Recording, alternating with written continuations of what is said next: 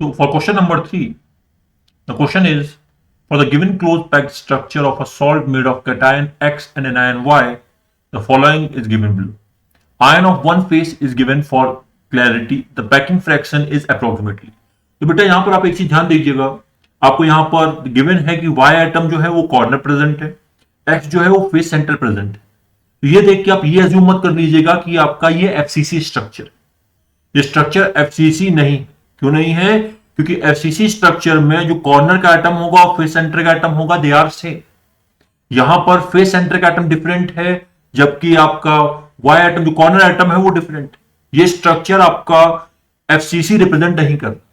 अगर ये FCC represent नहीं कर रहा है तो हम इसके लिए पैकिंग फ्रैक्शन कैसे निकालेंगे? So let's see. In the structure we can say that y जो है वो आपका एज इज प्रेजेंट, आपका y जो है वो वर्टिसेस प्रेजेंट, y आपका वर्टिसेस प्रेजेंट है, और x जो है आपका फेस सेंटर प्रेजेंट। तो हम वर्टिसेस की बात करें, दैट मींस ईच वर्टिस, आपका ये जो वर्टिस पे जो आपका एटम है ये 1/8 कंट्रीब्यूट करता है, और ऐसे 8 वर्टिसेस, दैट मींस इसका कंट्रीब्यूशन 1 है।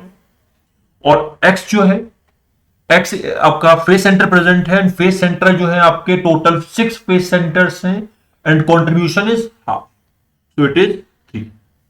वाई के आपके एक एटम है, और जबकि आपका एक्स के कितने एटम्स हैं? एक्स के आपके 3 एटम्स या आयंस प्रेजेंट है। Now suppose the side of this cube is a. अगर इस पूरे आपका क्यूब की साइड ए है, so we can say that a equal to 2y। थोड़ा सा और स्पेस यहां बना लेते हैं। ए जो है आपका किसके इक्वल है? A equal to 2y। So we can say that radius of y is a/2, and radius of x कितना होगा?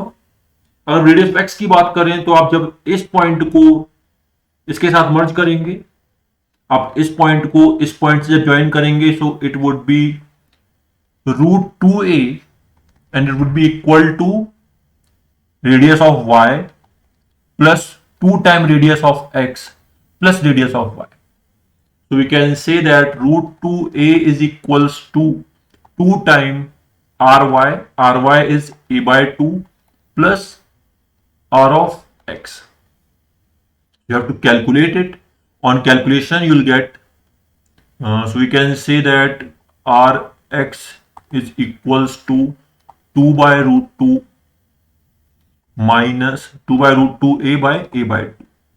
So when we calculate this value, on calculation we will get √2 minus 1 by 2 divided by a, and it is equals to 0.414 by 2 into a, and on dividing you will get 0.212a. So we got the value of radius of x, radius of y. Now we can calculate the packing fraction of this structure. Packing fraction कितना होगा?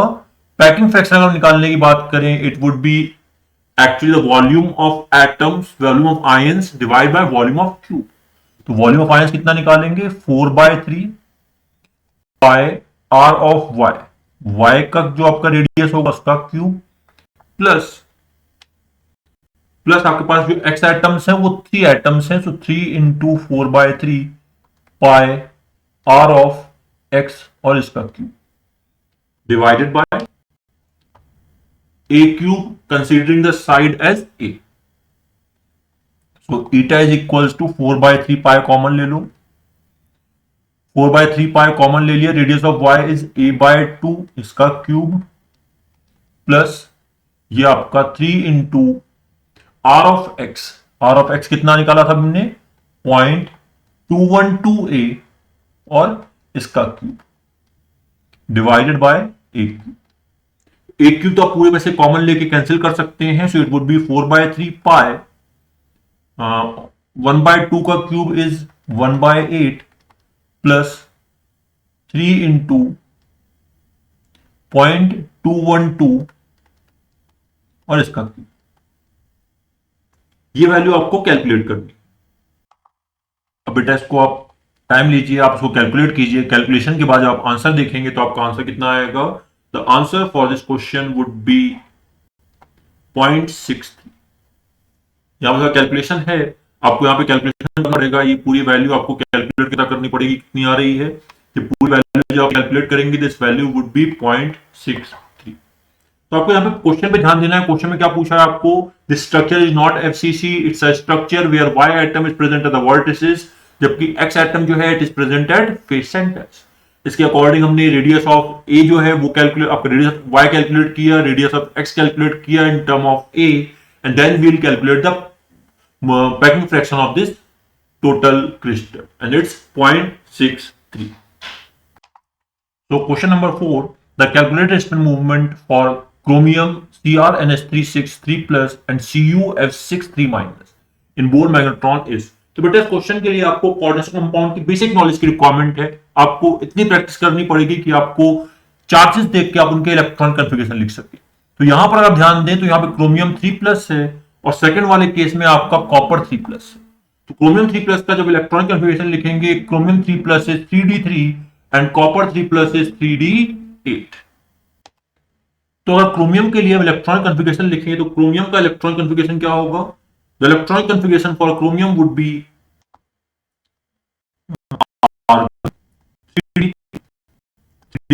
Draw किया आपका 1 2 4 आपका 4s होगा, then 4p होगा। Chromium is 3, so 1 2 and 3। There are 6 ammonia will have a should be sp3d2।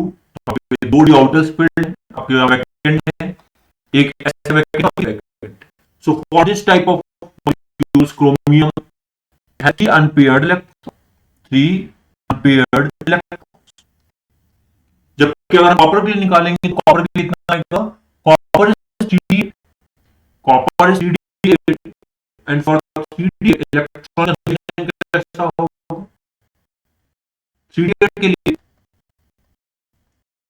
1 2 3 4 5 6 7 8। यहाँ पे electron कितने हैं, it has 2 इलेक्ट्रॉन।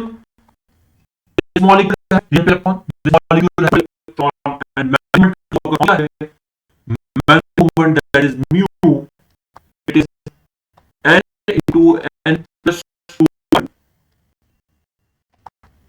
और इलेक्ट्रॉन into 5 का अंडर दैट इज √16 तो √15। ये √15 जो है ये 16 से थोड़ा कम है, और 16 होता है तो 4 आ जाता है। आपका आंसर जो होगा 4 से थोड़ा कम आएगा। कैलकुलेट करेंगे 3.87। अब 3.87 पे या तो ये सही है तो ये सही। कॉपर के लिए कैलकुलेट किया तो कॉपर के लिए कितना आया, अगर हम कॉपर के लिए कैलकुलेट करें तो कॉपर के लिए वैल्यू, कॉपर 3+ के लिए जो है इसके पास 2 इलेक्ट्रॉन्स हैं, for 2 electron it is n into n plus 2 under root 2 into 4 this is √8। और √8 का जो आपका रूट अभी वैल्यू आएगी, ये अगर 9 होता तो 3 आता, अगर वैल्यू 9 होती तो 3 आती है, 9 से थोड़ा कम मतलब 3 से थोड़ा कम आएगी, 3 से थोड़ा कम मतलब 2.84। इस क्वेश्चन का ए वाला ऑप्शन जो है वो करेक्ट है।